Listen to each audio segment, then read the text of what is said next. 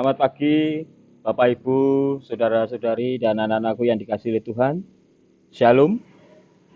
Pada kesempatan minggu hari ini, kita bersama-sama merayakan Pentakosta, di mana turunnya Roh Kudus yang kita peringati pada minggu hari ini.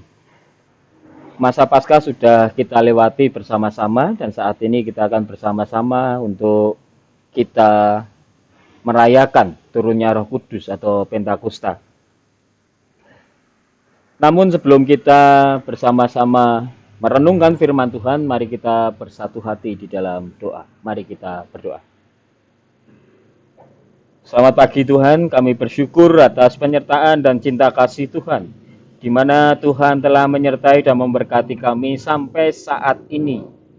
Pada kesempatan pagi ini Tuhan, kami bersama-sama mengungkapkan syukur kami melalui ibadah di mana kami memperingati turunnya Roh Kudus atau Pentakosta. Tuhan, kiranya Engkau menyertai kami ketika kami hendak mendengarkan firman-Mu. Biarkanlah Roh Kudus yang bekerja di dalam diri kami sehingga apa yang kami dengarkan dapat kami wujudkan dalam kehidupan kami sehari-hari. Sedangkan untuk hamba-Mu yang Kau pilih untuk mewartakan firman-Mu, biarkanlah Roh Kudus yang membimbing hamba-Mu sehingga apa yang hamba sampaikan hanya seturut dengan kehendak-Mu saja. Di dalam Kristus Yesus kami berdoa dan mengucap syukur. Amin. Bapak Ibu, saudara-saudari, dan anak-anakku yang dikasihi Tuhan, dalam kesempatan minggu ini ada 4 bacaan yang bisa kita renungkan bersama-sama. Yang pertama diambil dari Bilangan 11 ayat 24 sampai 30. Lalu Mazmur tanggapan diambil dari Mazmur 104 ayat 24 sampai 35. Dilanjutkan Kisah Para Rasul 2 ayat 1 sampai 21. Sedangkan Injil diambil dari Injil Yohanes 7 ayat 37 sampai 39. Saya akan membacakan bagian Injil, yaitu Yohanes 7 ayat 37 sampai 39.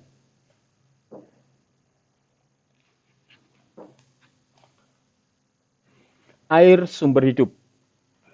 Dan pada hari terakhir, yaitu pada puncak perayaan itu, Yesus berdiri dan berseru, "Barang siapa haus, baiklah ia datang kepadaku dan minum.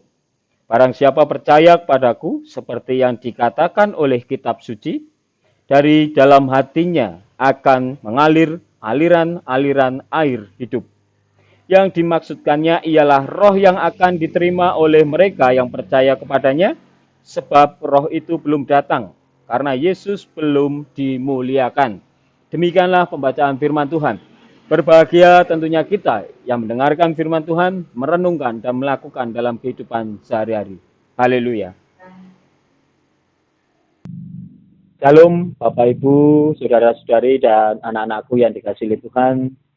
Pada minggu hari ini kita bersama-sama memasuki Minggu Pentakosta, hari ke-50, di mana kita memperingati sebagai hari turunnya Roh Kudus. Tentu kita mengingat apa yang dikatakan Tuhan Yesus, di mana Dia sebelum naik ke surga, Dia menyampaikan pada murid-murid bahwa akan datang Roh Kudus untuk mendampingi murid-murid ketika mereka hendak berjalan mewartakan cinta kasih Tuhan. Dan hari ke-50 itulah Roh Kudus turun atas murid-murid, dan murid-murid mewartakan tentang firman yang sudah mereka dengar dari Tuhan Yesus, di mana Roh Kudus yang ada pada diri mereka itu bermanfaat untuk mengajar, bahkan mengingatkan, mengajar tentang firman yang sudah disampaikan Tuhan dan Yesus kepada murid-murid. Lalu mengingatkan rambu-rambu yang harus dilakukan murid-murid dalam mereka mewartakan cinta kasih Tuhan. Dan saat ini kita juga bersama-sama merayakan turunnya Roh Kudus atau Pentakosta. Tema yang kita hendak renungkan bersama pada saat ini adalah roh yang mengalir di dalam hidup. Jadi ketika orang percaya kepada Kristus, dia menerima Roh Kudus. Roh Kudus itu mengalir di dalam hidupnya.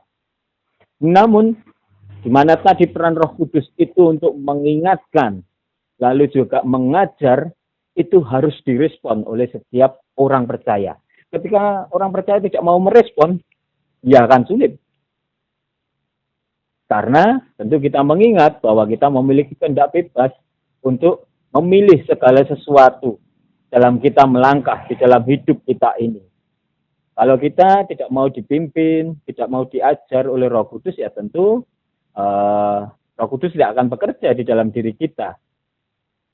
Bapak, Ibu, saudara-saudari, dan anak-anakku yang dikasihi oleh Tuhan. Ada pepatah Jawa mengatakan, urip mung mampir ngombe, atau bisa dikatakan hidup itu hanya singkat, hanya mampir minum. Hidup itu hanya sesaat di dunia ini.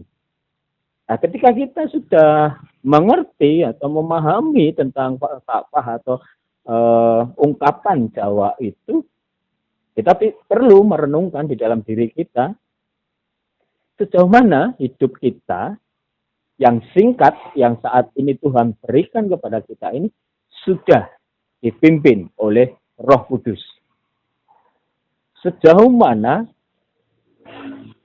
Roh Kudus yang berfungsi untuk mengajar kita itu sudah membentuk kita sehingga kita menghasilkan buah di dalam kehidupan kita sehari-hari. Jemaat yang dikasihi Tuhan, kalau kita sebagai orang percaya, seperti murid-murid pada saat itu, yang telah menerima Roh Kudus, ketika kita hanya diam saja atau secara pasif, dan kita lebih mementingkan di dalam kehidupan kita sendiri, kepentingan kita, keinginan kita, pantaskah bahwa kita disebut sebagai murid-murid Tuhan Yesus?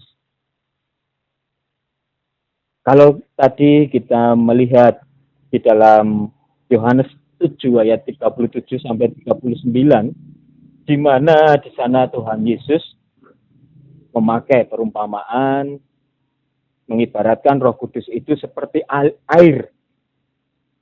Roh Kudus itu seperti air yang mengalir, mengikuti apa yang Dia tempati. Jadi di sana juga kita mendengar bagaimana firman Tuhan mengatakan, barang siapa haus, baiklah ia datang kepadaku dan minum. Yesus menegaskan bahwa di dalam Yesuslah ada kesegaran, ada kehidupan, ada kebenaran. Ketika siapapun haus, hendaklah ia datang kepada Kristus. Nah, sekarang kita ini sebagai murid Tuhan Yesus sudah datang kepadanya. Namun, apakah benar kita benar-benar datang kepada Kristus? Atau kita hanya sekedar, ya saya mengaku percaya kepada Kristus. Namun dalam kehidupan sehari-hari ternyata bertolak belakang dengan apa yang diharapkan Kristus. Lalu kita juga mendengar tentang firman Tuhan berikutnya itu, dari dalam hatinya akan mengalir aliran-aliran air hidup. Ketika orang yang datang kepada Kristus lalu menerima Roh Kudus, maka ia akan mengalirkan air-air yang hidup. Aliran air yang hidup itu menghasilkan buah yang menyegarkan, yang menghilangkan kehausan, yang memancarkan cinta kasih Tuhan. Lalu kita juga mendengar tentang firman Tuhan di ayat 38. Barang siapa percaya kepadaku, seperti yang dikatakan oleh kitab suci, dari dalam hatinya akan mengalir aliran-aliran air yang hidup. Ketika kita percaya kepada Kristus, di mana Roh Kudus yang diibaratkan air tadi yang mengalir di dalam diri kita, maka itu akan mengisi hidup kita. Aliran-aliran air hidup itu akan terus berada di dalam diri kita untuk mengajar, untuk mengingatkan kita. Karena Kristus mengibaratkan Roh Kudus itu seperti air. Namun, maukah kita kembali lagi dipimpin oleh Roh Kudus dalam hidup kita? Itu yang terkadang menjadi pertanyaan di dalam diri kita. Karena terkadang kita lebih mementingkan apa yang menjadi keinginan kita, mementingkan apa yang menjadi kemauan kita, kehendak kita yang lebih besar dibanding kita mengikuti Kristus. Ketika Roh Kudus yang mau menuntun kita, mengajar kita, itu memberikan nasihat kepada kita, mengingatkan kita.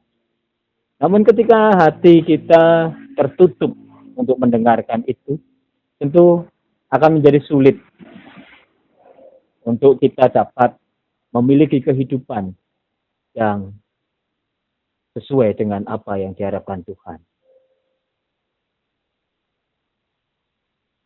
Bapak, Ibu, saudara-saudari, dan anak-anakku yang dikasihi oleh Tuhan, ketika saat ini kita bersama-sama menghayati tentang turunnya Roh Kudus di dalam hidup kita, maka mari kita merubah diri kita. Merubah agar kita mau dipimpin, kita diajar oleh Roh Kudus yang ada di dalam diri kita. Merubah kehidupan kita yang terus-menerus belajar dan terus belajar, sehingga kita dapat mengikuti apa yang menjadi kehendak Tuhan di dalam hidup kita. Karena tidak hanya soal kita menerima Roh Kudus, namun ada tugas dan tanggung jawab yang harus kita lakukan. Bahwa kita juga harus menghasilkan buah, membagi kasih di tengah-tengah kehidupan kita. Buah inilah yang harusnya terus keluar dalam diri kita, ketika kita juga mau dipimpin oleh Roh Kudus. Ketika kita mau menundukkan diri kita, mengakui segala kekurangan, kelemahan kita, bahwa tanpa Tuhan kita tidak bisa berbuat apa-apa.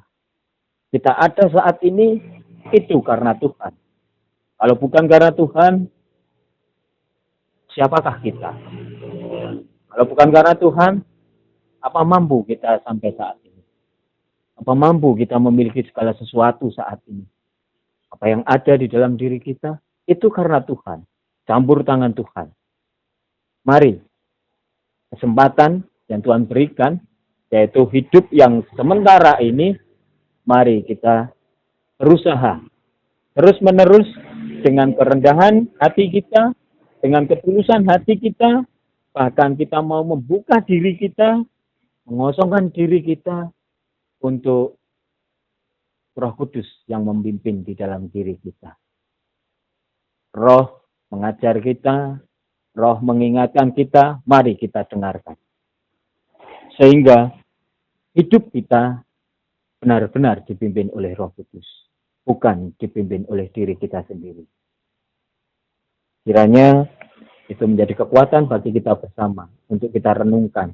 Di tengah-tengah kita merasakan kehadiran Roh Kudus yang senantiasa ada di dalam diri kita saat ini. Kita sebagai orang percaya, marilah kita mewujudkan apa yang menjadi harapan Tuhan di dalam hidup kita sehari-hari. Selamat merayakan Pentakosta. Tuhan memberkati kita. Amin. Saat teduh sejenak.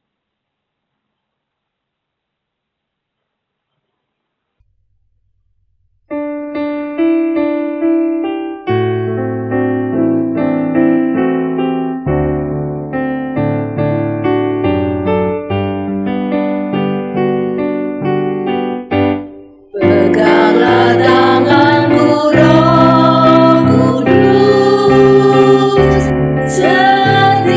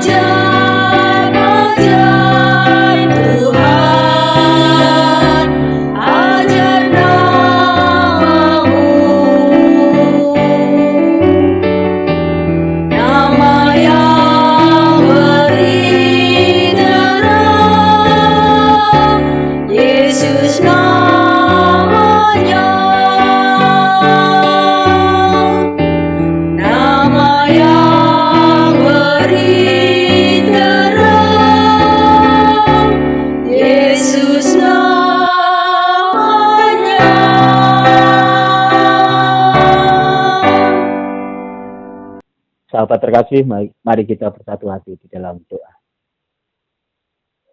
Kami kembali datang kepada Engkau ya Tuhan, mengucapkan syukur kami, di mana kami dapat bersama-sama menghayati turunnya Roh Kudus atau Pentakosta hari ke-50. Tuhan, Roh Kudus Engkau berikan kepada murid-murid pada saat itu, dan itu juga Engkau berikan kepada kami sebagai orang percaya. Kiranya Roh Kudus yang ada di dalam diri kami ini terus menuntun langkah kami, mengajar kami, bahkan mengingatkan kami agar hidup kami dapat bertumbuh, dapat menghasilkan buah sesuai dengan Engkau harapkan. Sertai dan berkatilah bangsa dan negara kami ini, Tuhan. Di tengah-tengah pergumulan yang ada ini, kami percaya cinta kasih Tuhan dan penyertaan Tuhan memampukan kami, bangsa dan negara ini, dapat keluar dari pergumulan saat ini. Kami serahkan hidup dan kehidupan kami dalam tangan pengasihan-Mu, Tuhan. Ampunilah segala dosa dan kesalahan kami. Di dalam nama Tuhan kami, Yesus Kristus, kami berdoa dan mengucap syukur. Amin.